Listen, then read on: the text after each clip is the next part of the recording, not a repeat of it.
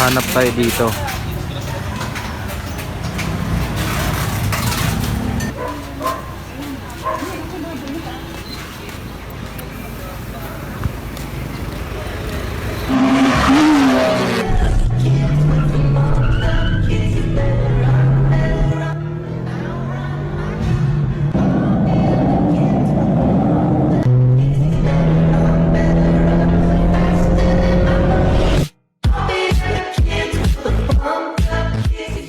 So hey guys, malapit na po tayo mag 100,000 subscribers. Magbibigay ulit ako ng phone. Ito ay Oppo A5s. So paano makasali sa raffle natin? Unang-una, dapat nakasubscribe ka dito sa channel at huwag mong kalimutan i-click yung notification bell. Pangalawa, dapat naka-like or naka-follow ka dun sa Facebook page ko. Pangatlo, mag-share lang ng mga videos, kahit anong videos, i-share nyo sa FB with the hashtag Joseph Balicer Vlog 100k subs giveaway. And then napaka-importante nito kasi dapat naka-public yung post nyo para nakikita ko siya sa FB. Kasi pag naka-friends of friends, naka-only me, hindi naka-public yung privacy, hindi ko siya nakikita. So hindi ko siya masasama sa listahan ko. So next is, mag-comment lang kayo dito sa mga videos natin. Mag-comment kayo ng full name nyo, anong content ang gusto nyong gawin natin. At syempre gusto ko rin malaman kung ano yung mga nagustuhan nyo dito sa ating channel. Okay? So guys, pakisunod yung mechanics. Baka ikaw na yung magkakaroon nitong ating bagong phone. Hey guys, kumusta kayong lahat? Kampo sa panibagong vlog. Ngayon, pupunta tayo ng Banawi kasi maghahanap ako ng auto sensor dito sa city. Naglulok ko kasi siya minsan, so parang pumapalya siya.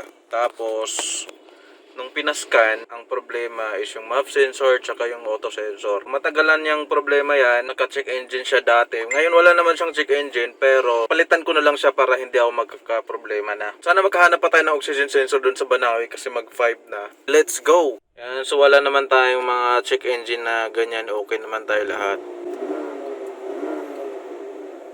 Yan. So punta lang tayo ng Banawi saglit.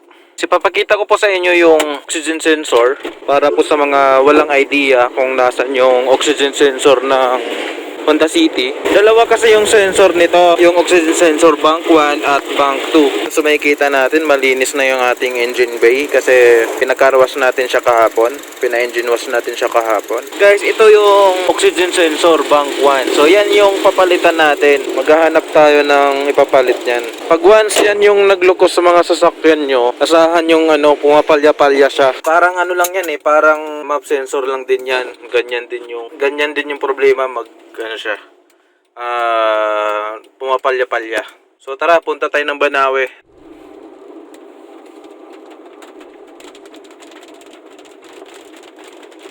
Nako, umuulan pa.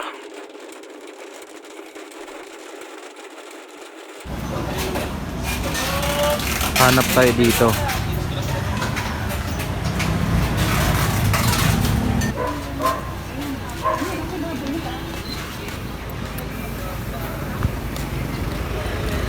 So ayun guys, nakabili po tayo sa Banawi.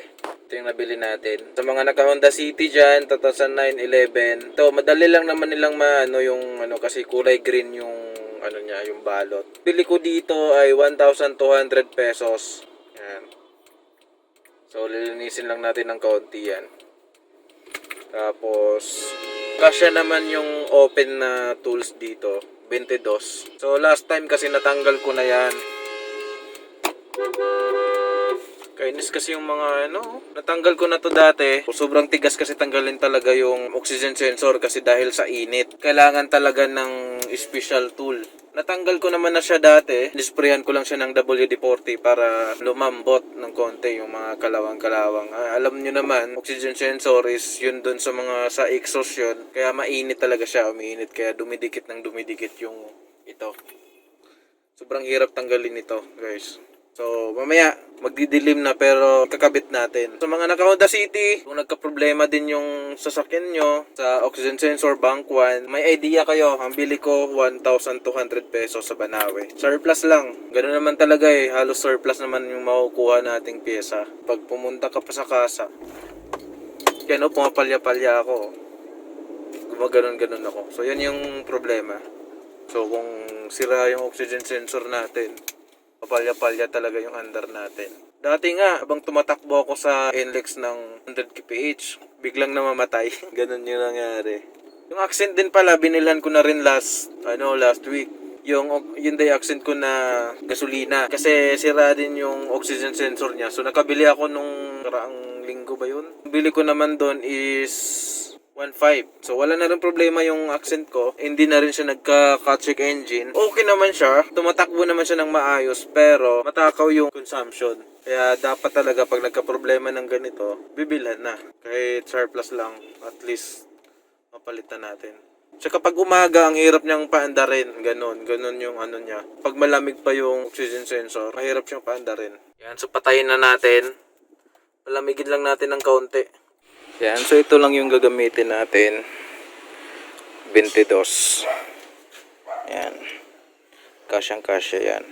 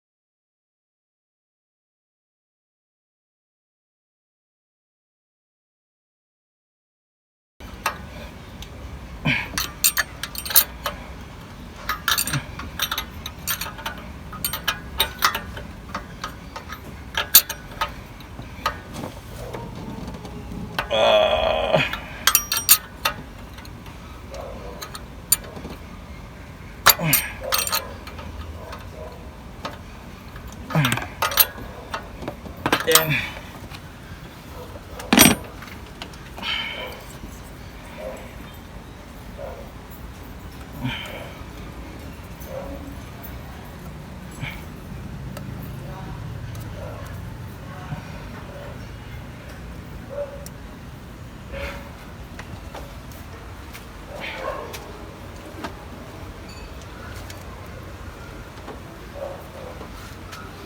Paandarin na natin.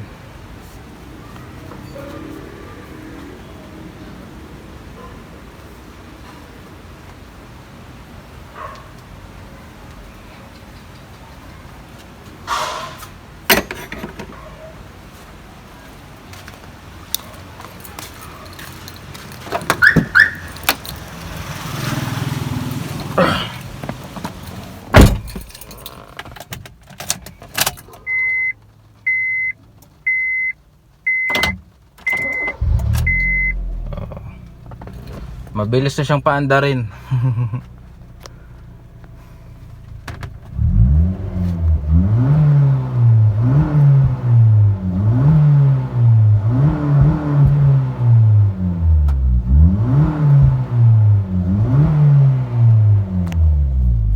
Okay na yan guys.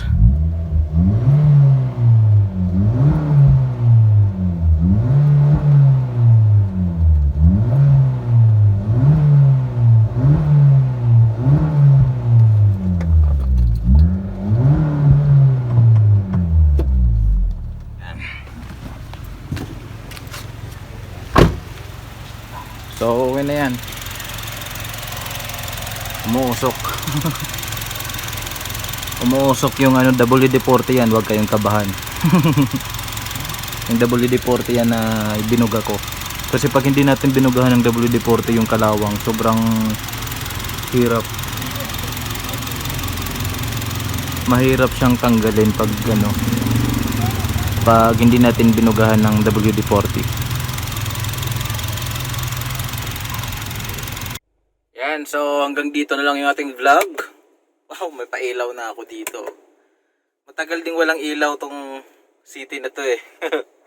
So thank you kay Boss John sa paglagay ng mga ilaw dito sa loob. Yan, so hanggang dito na lang yung ating vlog. So sa mga naka Honda City dyan, kung nagka-problema kayo ng mga palya-palya, pumapalya yung ano nyo, try nyong ipascan nyo yung sasakyan nyo. Tapos kapag nakita yung problema, yan palitan nyo na. Kasi ang nangyari kasi sa akin dito, nung pinapa-scan ko siya dati, nung nag-check engine siya, lumalabas nga yung oxygen sensor, auto sensor bank 1. So, nadidelete naman yung fault code na yon, pero pag hindi nyo pinalitan, babalik at babalik din siya. So, mura lang naman yung oxygen sensor, bilhan nyo na kung nagka-problema yung sasakyan nyo sa... Kung makikita siya sa scanner na sira yung oxygen sensor nyo, palitan nyo na kasi isa din yan sa magpapatakaw ng consumption natin dito sa sasakyan. Okay, so guys, hanggang dito na lang yung ating vlog. Maraming salamat sa panonood. Don't forget to like, comment, share, and subscribe. May pag ganun.